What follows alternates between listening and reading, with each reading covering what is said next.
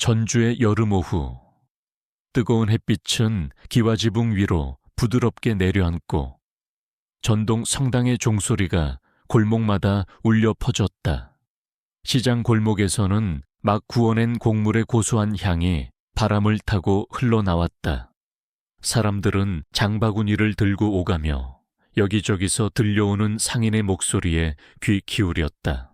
그 사이로 김선자는 천천히 발걸음을 옮기고 있었다.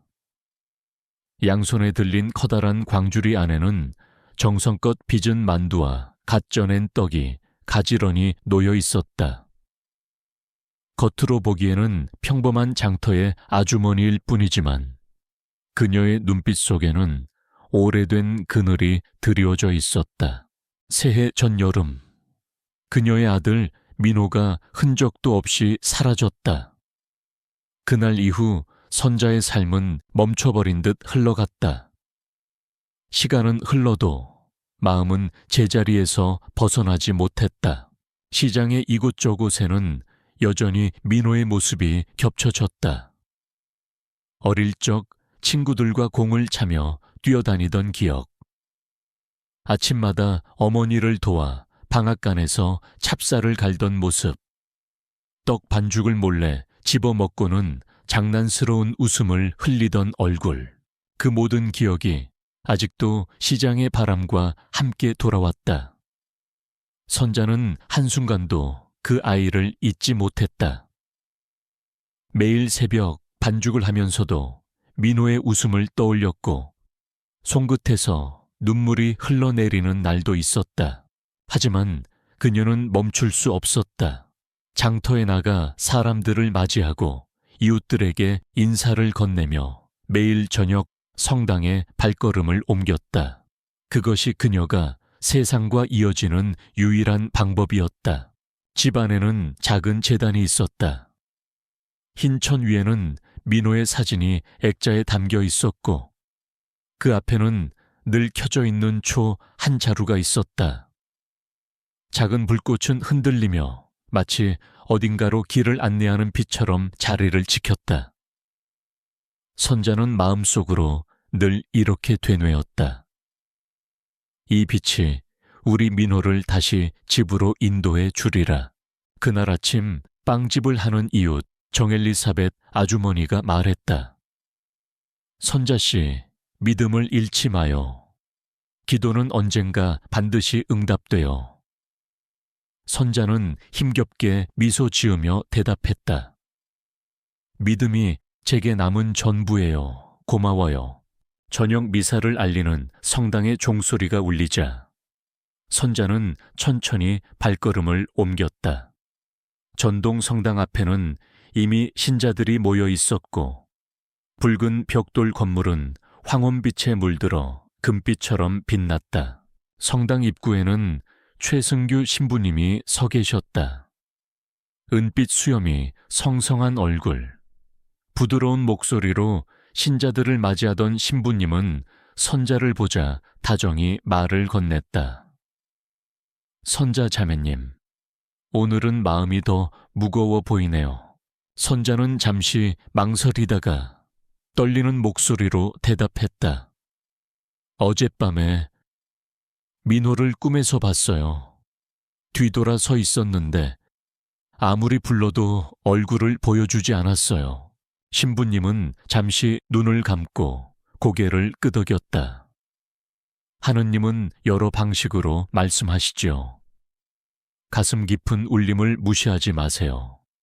기도 속에서 분명 길을 찾게 될 겁니다. 선자는 눈물이 고이는 것을 억누르며 고개를 숙였다. 그리고 나무 의자에 앉아 미사를 드렸다. 미사 중에도 그녀의 기도는 한 가지였다. 민호가 살아있다면 어디에 있든 건강하게 지내게 해주세요. 그리고 주님의 뜻이라면 다시 만날 수 있게 해주세요. 성가대의 노래가 성당 안에 가득 퍼졌다. 그 선율 속에서 선자는 두 손을 모았다. 그녀의 간절한 기도가 천장 높은 곳을 뚫고 하늘까지 닿기를 바랐다. 미사가 끝나고 성당 밖을 나섰을 때 하늘은 주황빛 노을로 물들어 있었다. 돌아오는 길 시장 골목에는 여전히 갓 구운 빵 냄새가 퍼져 있었고 가게 앞을 지나던 이웃들이 인사를 건넸다. 하지만 그 평범한 풍경 속에서도 선자의 가슴 속에는 설명할 수 없는 두려움과 기대가 동시에 일렁였다. 광장 한켠에서는 젊은이들이 기타를 치며 노래를 불렀다. 관광객들이 휴대폰으로 영상을 찍고 아이들이 그 주위를 뛰어다녔다. 그 모습을 보던 선자의 마음속에 또다시 민호의 모습이 겹쳐졌다. 그 아이도 음악을 좋아했었다. 할아버지에게 배운 노래를 따라 부르던 기억이 어제처럼 선명했다. 그 순간 가슴 속에서 알 수 없는 속삭임이 들려왔다.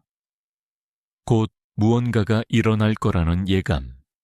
희망인지 아니면 두려움인지 분간할 수 없는 떨림이 몸을 감쌌다. 집으로 가는 골목은 유난히 고요했다. 바람조차 숨을 죽인 듯 동네 전체가 무언가를 기다리고 있는 것 같았다. 선자는 알지 못했다. 단지 며칠 뒤 그녀의 삶을 뒤흔들 인물이 나타나리라는 것을. 이른 새벽 전주의 하늘에는 잔잔한 비가 내리고 있었다. 밤새 내린 이슬이 돌담과 기와 위에서 반짝이며 공기는 흙냄새와 빵집에서 새어나오는 따뜻한 향기로 가득했다. 성당 종탑에서 울려 퍼지는 종소리가 고요한 골목길을 깨웠다. 김선자는 우산을 들고 성당으로 향했다. 비에 젖은 돌길은 미끄러웠지만 그녀의 발걸음은 익숙했다. 매일 아침 작은 제단의 촛불을 확인하고 성당에 가서 기도하는 것이 일상이었다. 그런데 오늘 성당 모퉁이를 돌자마자 선자는 발걸음을 멈추었다. 성당 담벼락에 기댄 채 앉아있는 한 남자가 눈에 들어왔다. 낡은 모자 아래 드러난 얼굴은 수척했고 낡은 점퍼는 빗물에 젖어 어깨에 붙어 있었다. 손은 거칠고 갈라져 있었으며 온몸에서 오랜 방랑의 흔적이 느껴졌다. 선자는 잠시 망설였다. 이 동네 사람이라면 대번에 알아봤을 텐데 처음 보는 얼굴이었다. 그럼에도 불구하고 그녀의 마음은 묘하게 끌렸다. 저 괜찮으세요? 조심스럽게 말을 건네자 남자가 고개를 들었다. 빨갛게 충혈된 눈동자가 선자를 바라봤다. 목소리는 갈라져 있었지만 단호했다. 물 한 모금만 주실 수 있습니까? 선자는 망설이지 않고 근처 가게로 달려가 생수 한 병을 사왔다. 남자는 두 손으로 병을 움켜쥐고 단숨에 마셔 내려갔다. 입술에 맺힌 물방울을 훔치며 깊은 숨을 내쉬었다. 살려주셔서 고맙습니다. 선자는 습관처럼 대답했다. 예수님의 이름으로 작은 것이라도 나눌 수 있어 기쁩니다. 그 말에 남자의 눈빛이 잠시 흔들렸다. 오랜만입니다. 이렇게 따뜻하게 대접받는 게. 그는 조용히 자신을 소개했다.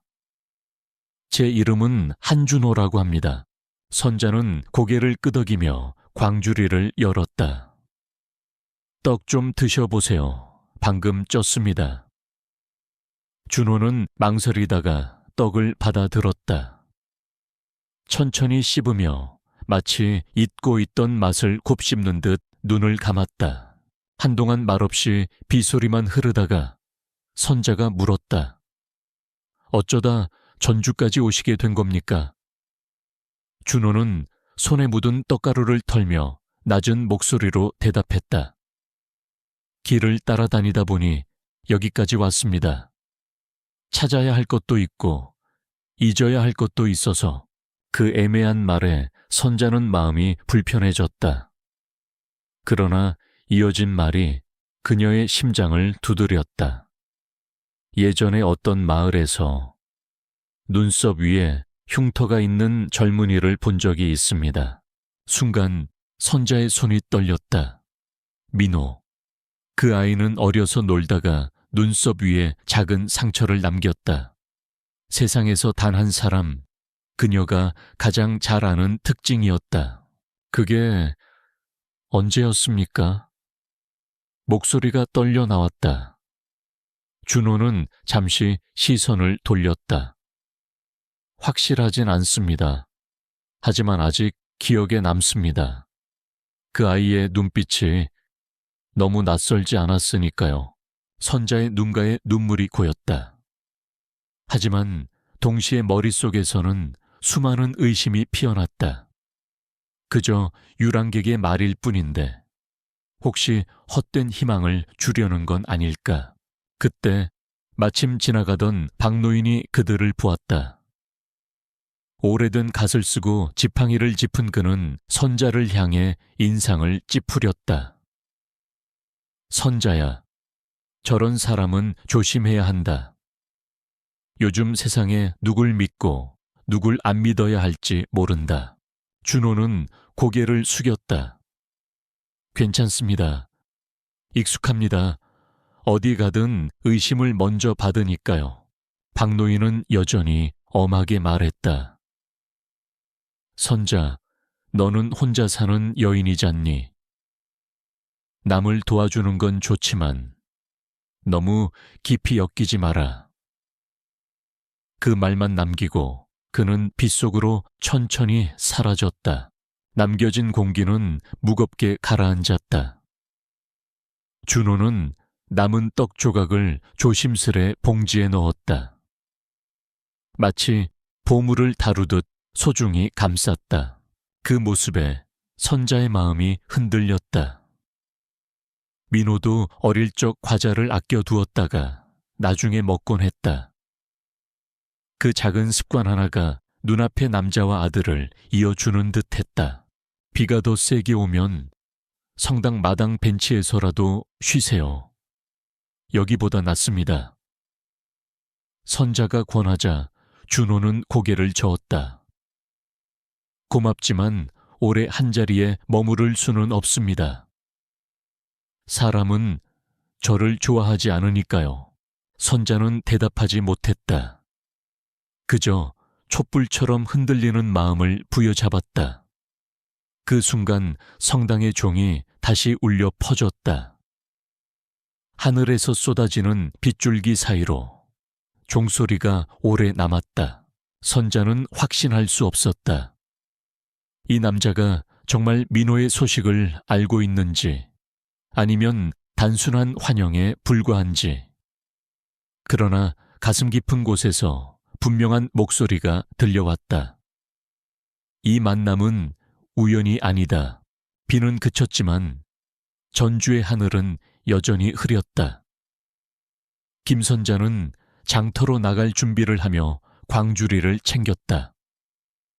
옆에서는 한준호가 조심스레 물었다. 저도 같이 가도 될까요? 짐을 들어드리면 조금이라도 도움이 될 것 같습니다. 선자는 잠시 망설였다. 하지만 혼자 짐을 들고 다니기에는 무거웠다. 그녀는 조용히 고개를 끄덕였다. 좋아요. 대신 사람들 눈이 곱지만은 않을 겁니다. 두 사람은 장터로 향했다. 아침 햇살이 구름 사이로 비쳤고 시장 입구에는 벌써 상인들이 자리를 잡고 있었다. 채소, 생선 한과 여러 가지 물건이 줄지어 놓여 있었다. 사람들의 웅성거림이 흘러 넘쳤다.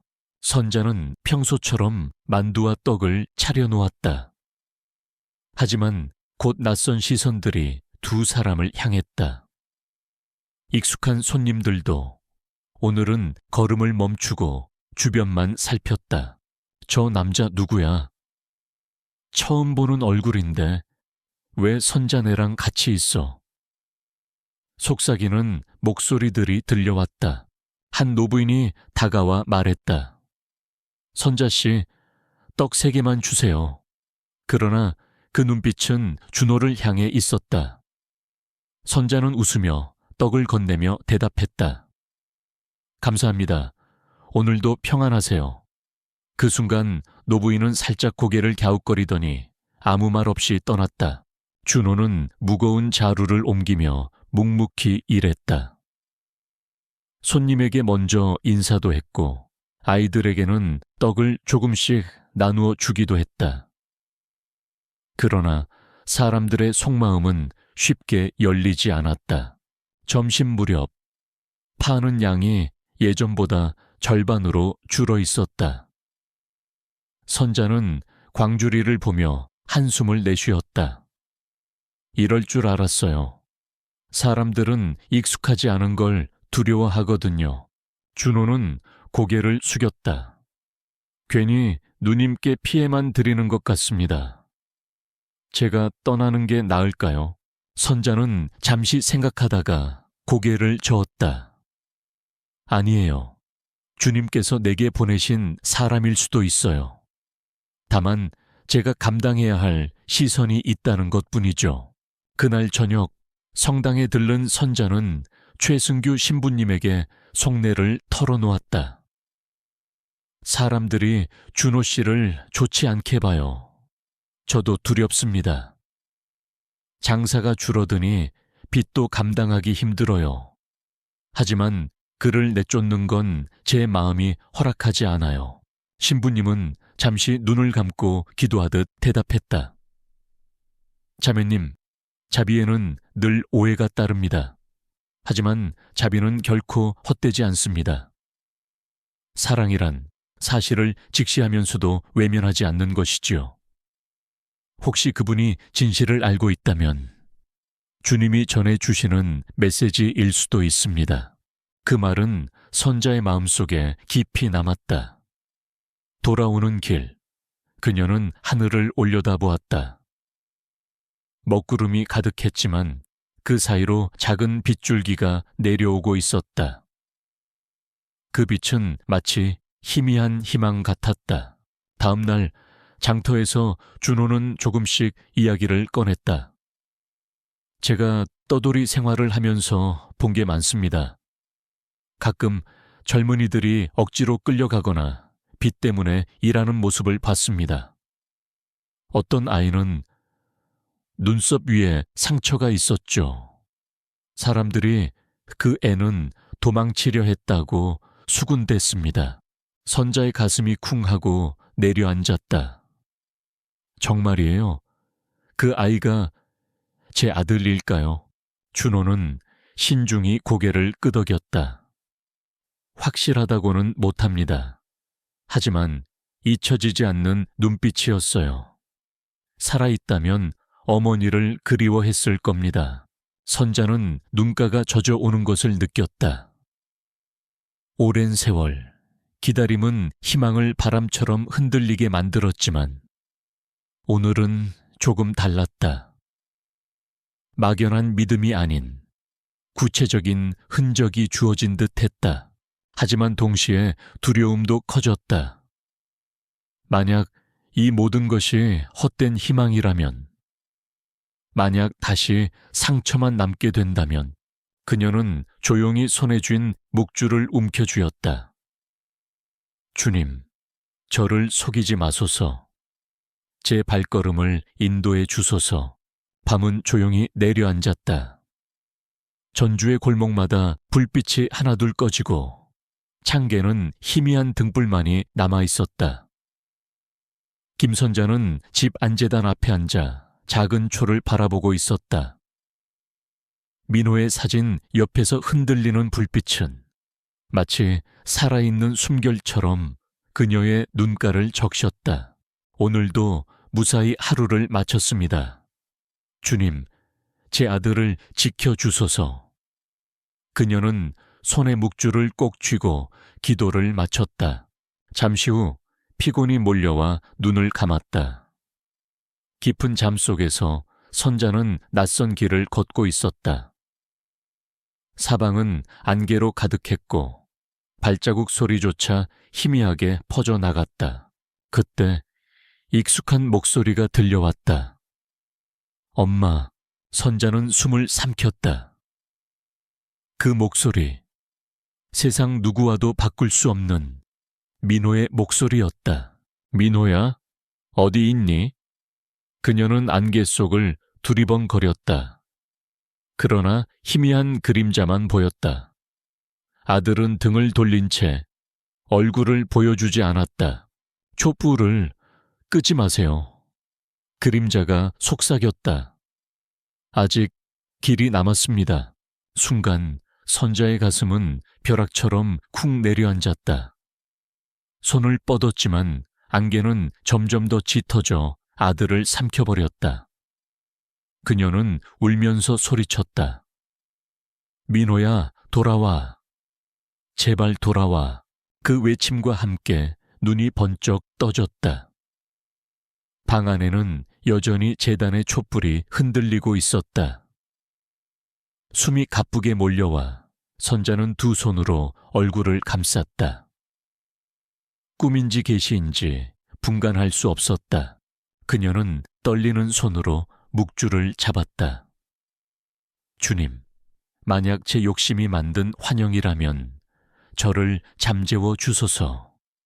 그러나 주님이 주신 뜻이라면 용기를 주소서. 벽시계가 새벽 3시를 알렸다.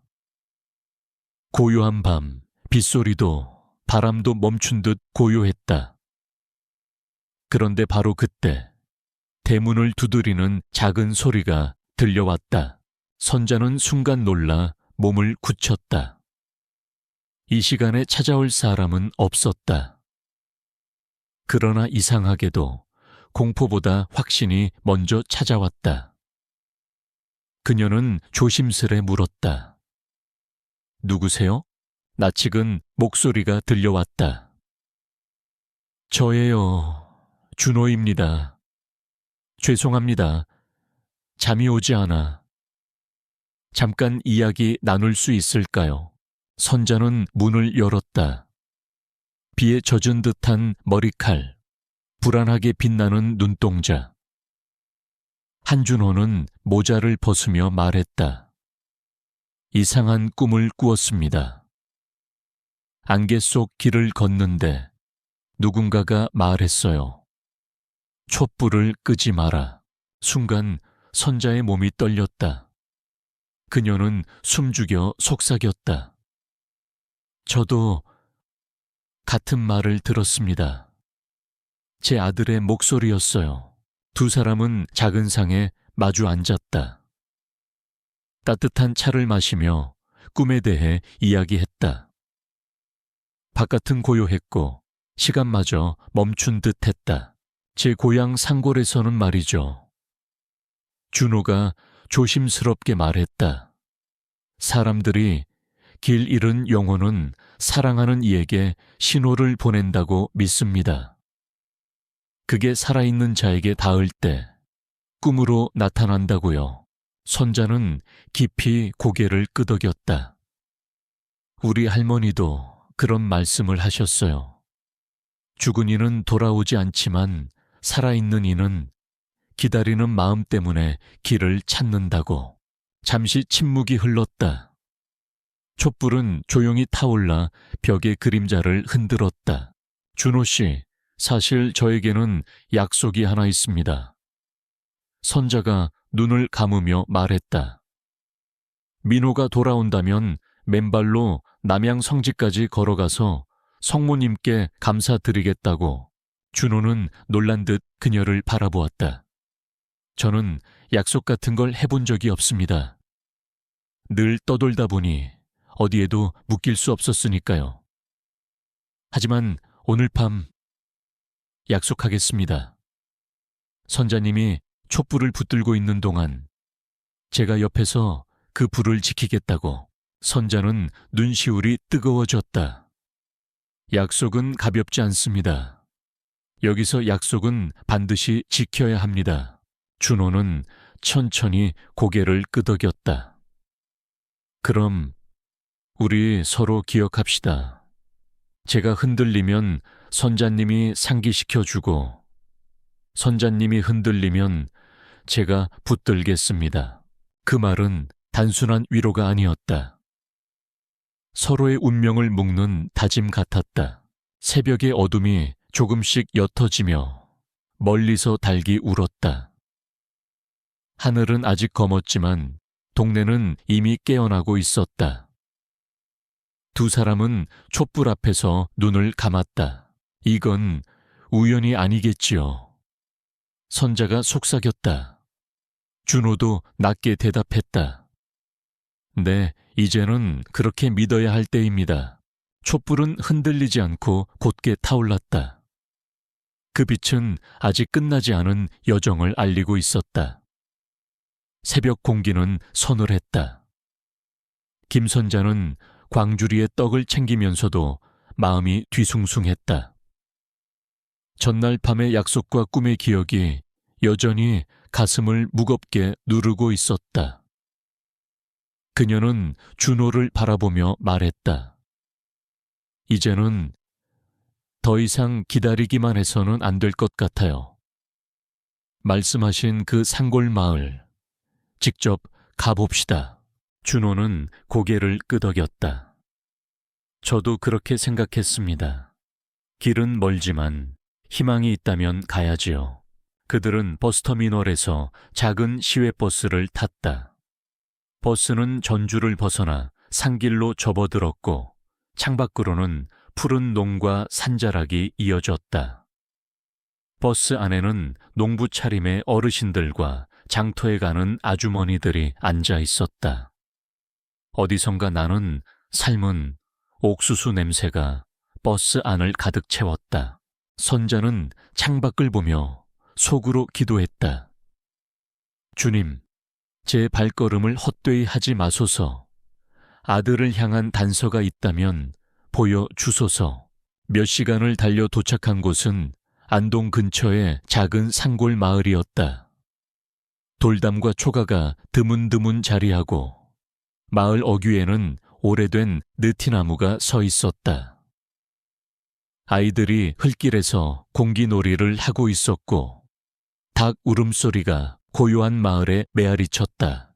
두 사람은 용기를 내어 마을 사람들에게 물었다.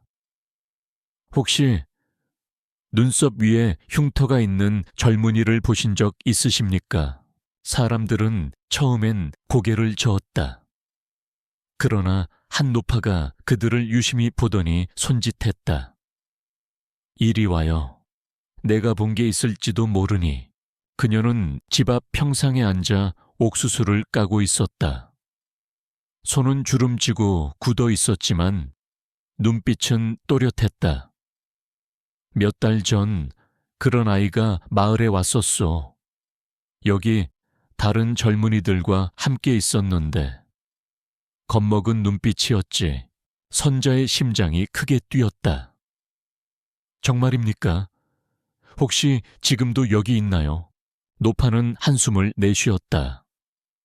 아니요. 오래 있지 못했어요. 어느 날 밤 낯선 사내들이 와서 그 아이를 데리고 갔지요. 아무도 어디로 갔는지 묻지 못했어요. 묻는 순간 우리도 위험해지니까 순간 공기가 무겁게 내려앉았다. 선자의 손끝이 차갑게 떨렸다. 그러자 노파는 집 안으로 들어가더니 작은 천 조각 하나를 들고 나왔다. 이건 그 아이가 두고 간 거요. 빨래터에서 발견했는데 다시 찾으러 올 줄 알고 간직했지. 그런데 오질 않더군. 선자는 그 천을 받아들었다. 낡은 파란 손수건. 한쪽에 희미하게 흰 페인트 자국이 묻어 있었다. 그녀의 눈물이 터졌다. 맞아요. 민호가 벽화를 그릴 때 쓰던 손수건이에요. 세상에 하나뿐인 거예요. 준호는 조용히 고개를 끄덕였다. 그렇다면 확실합니다. 분명 이곳을 거쳐갔던 겁니다. 노파는 고개를 숙이며 조용히 말했다. 딸 같아서 하는 말인데 이 아이를 찾으려면 조심하시오. 그 애를 데려간 자들은 평범한 사람들이 아니니까. 선자는 흐느끼며 손수건을 가슴에 꼭 눌렀다. 감사합니다. 잊지 않겠습니다. 마을을 떠나는 길. 바람이 불어 낙엽이 흩날렸다. 선자의 마음은 무겁고도 가벼웠다. 아들이 살아있다는 희망. 그러나 동시에 더 깊은 어둠이 그를 가로막고 있다는 두려움. 버스 창가에 앉아 손수건을 바라보았다. 그 천 조각은 단순한 천이 아니었다. 새해 동안 멈춰있던 시간 속에서 아들이 여전히 이 땅 어딘가에 존재한다는 증거였다. 그녀는 눈을 감고 속삭였다. 민호야, 엄마가 왔다. 이번에는 끝까지 널 찾아내고야 말 거야. 전주로 돌아온 뒤 며칠 동안 김선자는 손수건을 놓지 못했다. 파란 천에 남은 흰 페인트 자국은 살아있는 증거였다. 민호가 아직 세상 어딘가에 있다는 주님의 응답 같았다. 그러나 동시에 불안도 커졌다. 아들을 데려간 사람들이 누군지 알 수 없었고 함부로 입을 열면 위험이 따랐다. 선자는 성당 제단 앞에 무릎 꿇고 기도했다. 주님, 제 발걸음을 인도하소서. 빛이 보인다면 그 길이 얼마나 험하더라도 걸어가겠습니다. 그날 저녁 장터에서 가게를 정리하던 선자 앞에 한 청년이 다가왔다. 작업복에는 기름때가 묻어 있었고 손에는 아직도 엔진 오일 냄새가 배어 있었다. 안녕하세요. 김선자 어머니 맞으시죠? 낯선 청년에 선자는 경계하듯 고개를 끄덕였다. 누구신가요? 저는 이 동네에서 오토바이 정비소를 하는 정동욱이라고 합니다. 며칠 전 어머니께서 아들을 찾고 계시다는 이야기를 들었습니다. 그의 눈빛은 진지했다. 저도 동생을 잃었습니다. 산청 근처에 어느 공장에 끌려갔다가 소식이 끊겼습니다. 그래서 어머니의 사연이 남일 같지 않습니다. 선자의 눈동자가 흔들렸다. 민호를 본 적이 있나요? 동욱은 숨을 고르며 고개를 끄덕였다. 몇 달 전 산청 쪽에서 오토바이 수리를 하러 간 적이 있었습니다. 그곳에 작은 공업사에서 눈썹 위에 흉터가 있는 청년을 보았습니다. 일을 시키던 사람들이 그를 감시하는 눈빛이 이상했어요. 마치 자유롭게 움직이지 못하는 사람처럼. 선자의 손에서 손수건이 흘러내렸다. 맞아요. 우리 민호예요. 목소리는 떨렸고 눈물이 차올랐다. 준호가 조심스럽게 물었다. 그 청년이 아직 그곳에 있는 것 같습니까? 동욱은 단호하게 말했다. 확실하진 않지만 가능성은 높습니다. 제가 본 눈빛은 살아있지만 자유롭지 못한 사람의 눈빛이었으니까요. 세 사람은 좁은 방 안에 모여 앉았다. 촛불을 켜놓고 속삭이듯 이야기를 나눴다. 동욱은 지도를 꺼내 손가락으로 산청 근처를 짚었다. 여기 근처에 버려진 주유소 옆에 작은 공업사가 있습니다. 낡아 보이지만 그 안에서 여러 명의 청년이 일을 하고 있습니다. 밖으로 나오는 건 거의 보지 못했어요. 선자는 가슴이 벅차올랐다. 그렇다면 민호가 아직 거기 있다는 거죠. 그러나 기쁨은 오래가지 않았다. 동시에 두려움이 몰려왔다. 하지만 만약 잘못되면 어떡하죠? 아들을 보지도 못하고 오히려 위험에 빠질 수도 있어요. 준호가 조용히 대답했다. 어머니, 지금 우리가 가진 건 작은 단서뿐이지만 그 단서가 길이 될 수 있습니다. 겁내지 마세요. 믿음을 잃지 않는다면 길은 열립니다. 그날 밤, 세 사람은 늦게까지 머리를 맞댔다. 동욱은 자신의 트럭을 제공하겠다고 했다. 준호는 직접 현장을 살펴보겠다고 나섰다. 선자는 기도와 준비로 뒷받침하겠다고 다짐했다. 며칠 뒤 그들은 실제로 산청 근처로 향했다. 좁은 길을 따라가니 산자락 아래 낡은 공업사가 나타났다. 밖에서는 몇 대의 오토바이가 서 있었고 기름 냄새가 짙게 퍼졌다. 창문 틈으로 살짝 들여다본 순간 선자의 숨이 멎었다. 낯익은 뒷모습. 조금 더 자란 듯 보였지만 여전히 어깨가 좁고 눈썹 위의 상처가 희미하게 빛나는 청년. 민호였다.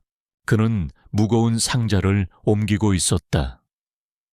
곁에는 험상궂은 사내들이 서서 지켜보고 있었다.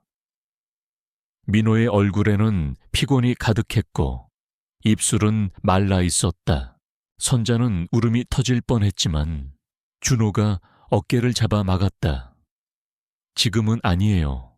성급히 다가가면 오히려 위험합니다. 동욱도 낮게 속삭였다. 여기서 바로 데려올 수는 없습니다. 주위에 감시가 많습니다. 계획을 세워야 합니다. 세 사람은 다시 발길을 돌렸다. 멀어지는 공업사를 바라보는 선자의 눈에서는 눈물이 끊임없이 흘렀다. 민호야, 살아있구나. 엄마가 널 꼭 데려갈게. 돌아오는 길, 하늘은 금방이라도 비가 쏟아질 듯 어두워졌다. 바람이 세차게 불며 나무잎을 흔들었다. 그러나 선자의 마음에는 오랜만에 희망의 불빛이 타올랐다. 민호는 살아있었다. 그리고 이제 그를 되찾기 위한 싸움이 시작되고 있었다. 새벽 공기는 서늘했다. 김선자는 광주리의 떡을 챙기면서도 마음이 뒤숭숭했다. 전날 밤의 약속과 꿈의 기억이 여전히 가슴을 무겁게 누르고 있었다. 그녀는 준호를 바라보며 말했다. 이제는 더 이상 기다리기만 해서는 안 될 것 같아요. 말씀하신 그 산골 마을 직접 가봅시다. 준호는 고개를 끄덕였다. 저도 그렇게 생각했습니다. 길은 멀지만 희망이 있다면 가야지요. 그들은 버스터미널에서 작은 시외버스를 탔다. 버스는 전주를 벗어나 산길로 접어들었고 창밖으로는 푸른 논과 산자락이 이어졌다. 버스 안에는 농부 차림의 어르신들과 장터에 가는 아주머니들이 앉아 있었다.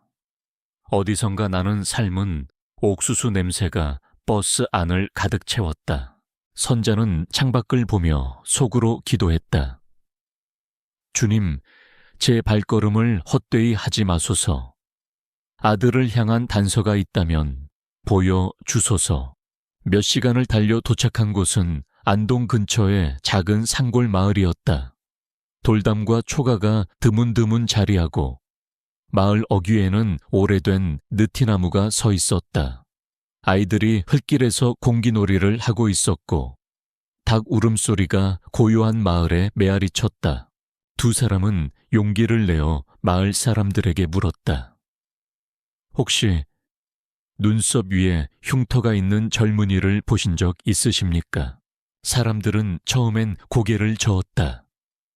그러나 한 노파가 그들을 유심히 보더니 손짓했다. 이리 와요. 내가 본 게 있을지도 모르니. 그녀는 집 앞 평상에 앉아 옥수수를 까고 있었다.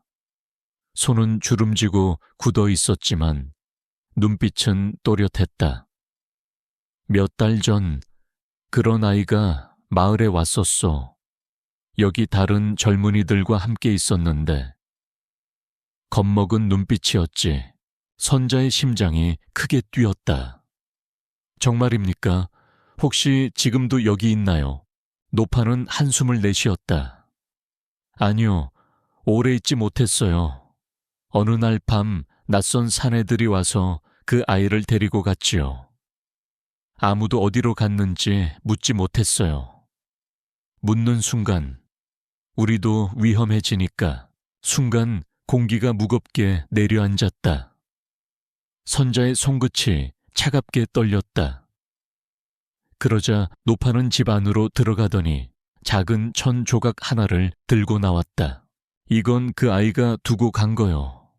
빨래터에서 발견했는데 다시 찾으러 올 줄 알고 간직했지.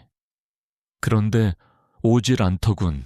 선자는 그 천을 받아들었다. 낡은 파란 손수건.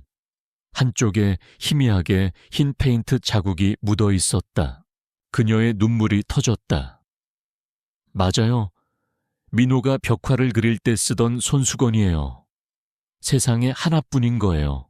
준호는 조용히 고개를 끄덕였다. 그렇다면 확실합니다. 분명 이곳을 거쳐갔던 겁니다.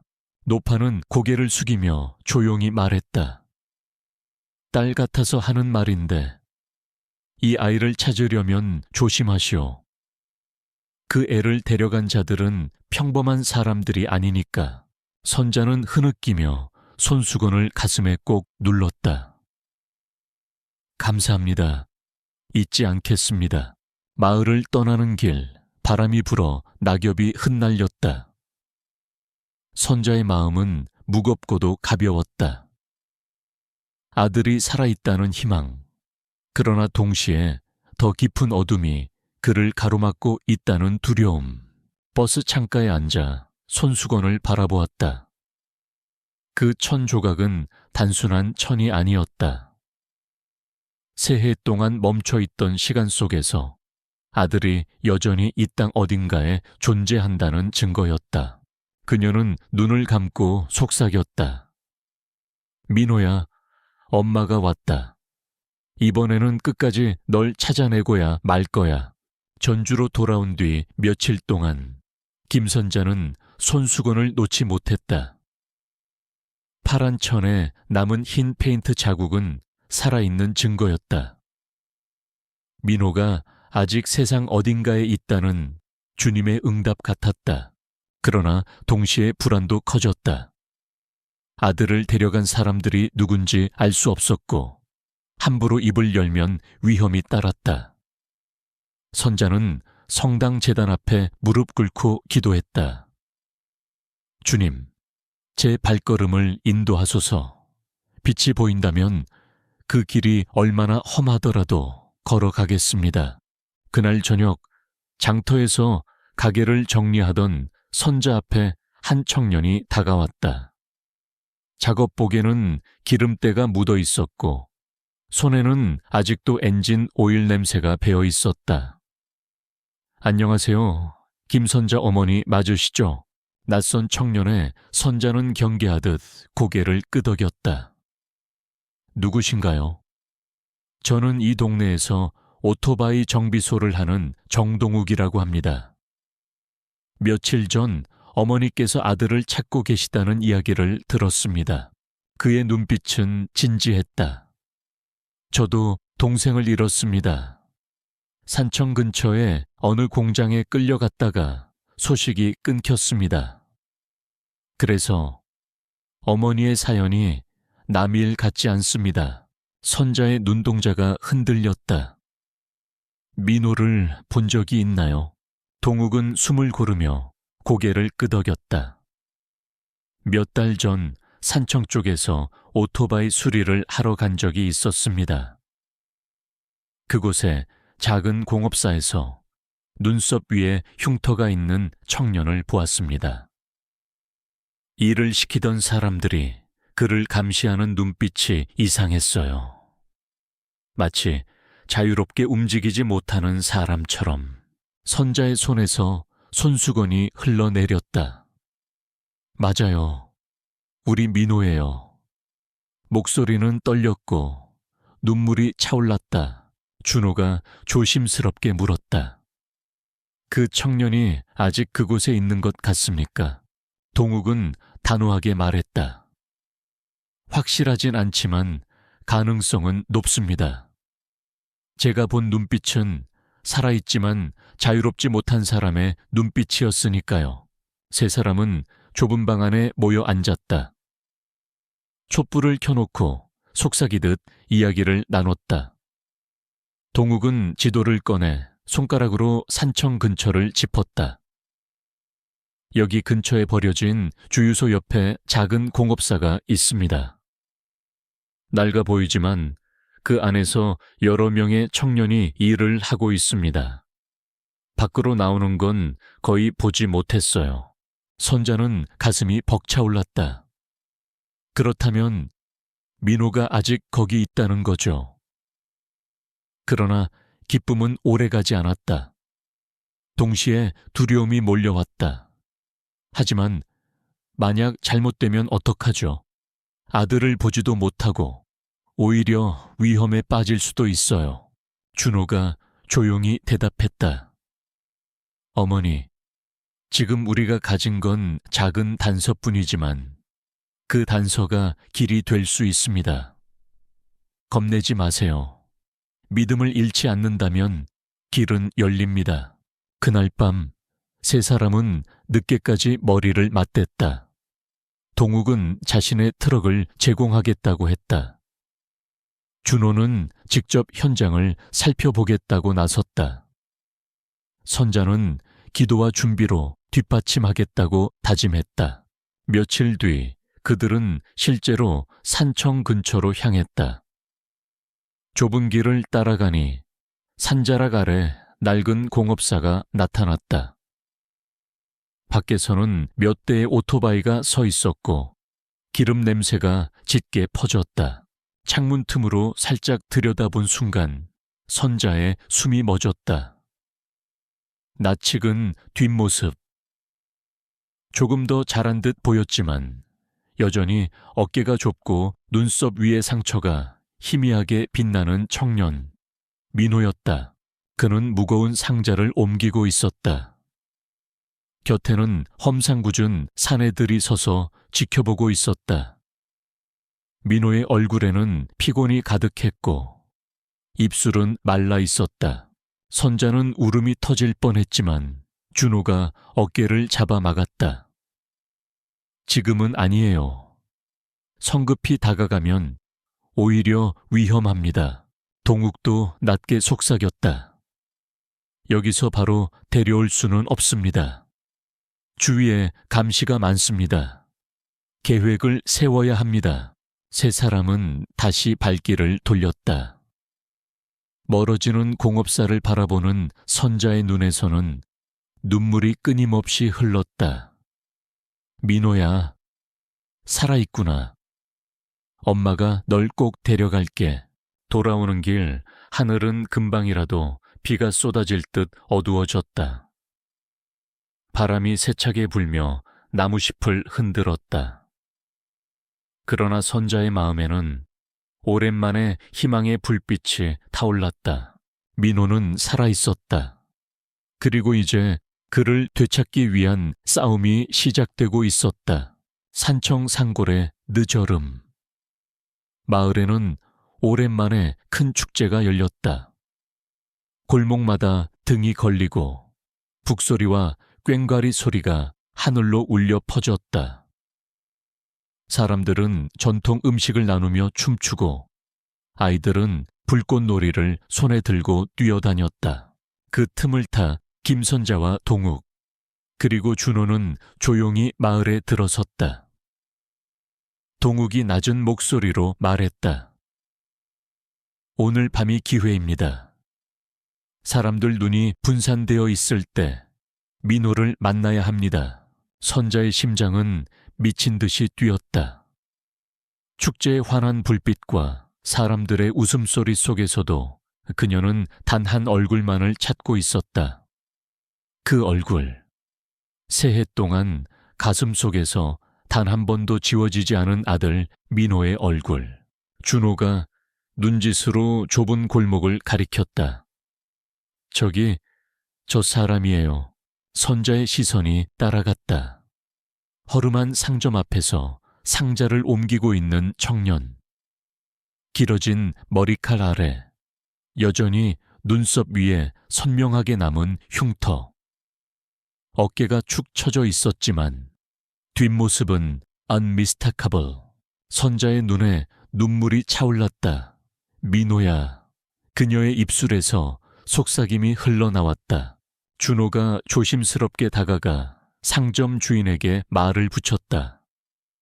그 틈에 선자는 몇 걸음 앞으로 나아갔다. 민호가 고개를 돌리는 순간 두 사람의 시선이 마주쳤다. 그 짧은 순간 시간은 멈춘 듯 했다. 민호의 눈동자가 크게 흔들렸다. 손에 들고 있던 상자가 바닥에 떨어지며 소리가 났다. 그는 입술을 떨며 말했다. 엄마. 선자의 눈물이 뺨을 타고 흘렀다. 그래 민호야. 엄마다. 엄마가 널 찾으러 왔어. 민호는 한 발짝 물러섰다. 얼굴에는 반가움과 두려움이 뒤섞여 있었다.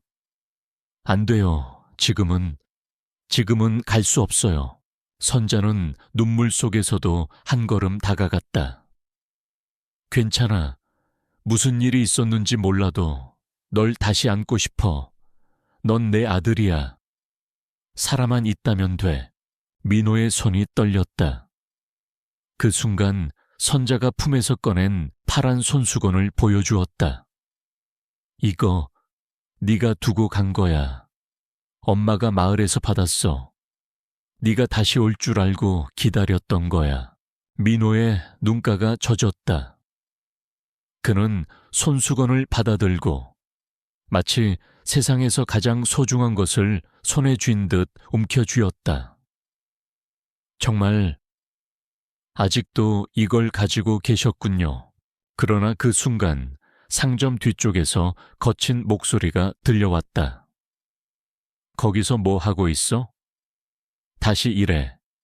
두 명의 사내가 다가왔다. 민호는 움찔하며 몸을 굳혔다. 그는 절망적인 눈빛으로 어머니를 바라봤다. 내일 이 시간에 다시 와주세요. 오늘은 빠져나갈 수 없어요. 사내들이 민호를 끌고 가자. 선자는 제자리에 얼어붙은 듯 서 있었다. 가슴이 찢어질 듯 아팠지만 준호가 그녀의 팔을 붙잡았다. 괜찮습니다. 지금은 방법을 찾아야 할 때예요. 그날 밤 세 사람은 마을 밖 허름한 민박집에 모여 앉았다. 창밖에서는 폭죽 소리와 비 내리는 소리가 뒤섞여 들려왔다. 동욱이 입술을 깨물며 말했다. 내일 저녁 민호가 직접 나오겠다고 했습니다. 그때가 유일한 기회일 겁니다. 선자는 두 손을 모아 기도했다. 주님, 제 아들이 두려움을 이길 용기를 주십시오. 저희가 지혜를 얻어 무사히 빠져나갈 수 있게 하소서. 다음날 해가 지고 하늘은 먹구름으로 뒤덮였다. 축제의 마지막 밤. 마을은 여전히 떠들썩했지만 어제보다 사람들의 발걸음은 덜했다. 공기에는 비가 쏟아질 듯 무거운 기운이 감돌았다. 민호는 약속한 대로 상점 뒤편에 나타났다. 그의 눈빛은 여전히 두려웠지만 이번에는 결심이 담겨 있었다. 엄마, 이제 가야 해요. 선자는 눈물이 고인 채로 아들을 끌어안았다. 그래, 이제 집으로 가자. 그러나 그 순간 뒤에서 날카로운 목소리가 울려 퍼졌다. 어디 가는 거야? 사내들이 따라 붙었다. 준호가 앞으로 나섰다. 지금이야. 동욱은 트럭의 시동을 걸어두고 기다리고 있었다. 세 사람은 비가 쏟아지는 어둠 속으로 뛰어들었다. 민호는 어머니의 손을 꼭 잡았다. 뒤에서는 고함 소리가 들려왔지만 축제의 폭죽 소리가 그 소리를 삼켜버렸다. 트럭 문이 열렸고 동욱이 외쳤다. 어서 타세요. 세 사람은 비에 젖은 몸으로 차 안에 몸을 던졌다. 트럭이 요란한 소리를 내며 산길을 빠져나갔다. 빗줄기는 마치 하늘의 박수처럼 차창을 두드렸다. 선자는 민호를 끌어안았다. 이제 됐다. 이제 집으로 가자. 민호는 눈을 감고 떨리는 목소리로 대답했다. 엄마, 저도 매일 꿈꿨어요. 언젠가 다시 만날 수 있기를. 산청을 벗어나자 빗줄기는 더욱 거세졌다. 트럭의 와이퍼가 쉴 새 없이 움직였지만 앞길은 희미했다. 어둠 속에서 번개가 번쩍이며 산자락을 비추었다. 트럭 뒷좌석에는 김선자가 민호를 끌어안고 앉아 있었다. 민호의 어깨는 젖어 있었고 손에는 여전히 파란 손수건이 꼭 쥐어져 있었다. 선자는 그의 얼굴을 쓰다듬으며 눈물을 삼켰다. 살아있구나. 정말 살아있구나. 민호는 떨리는 목소리로 속삭였다. 엄마, 전 매일 생각했어요. 혹시 제가 사라져도 엄마가 날 잊지 않을까. 그게 두려웠습니다.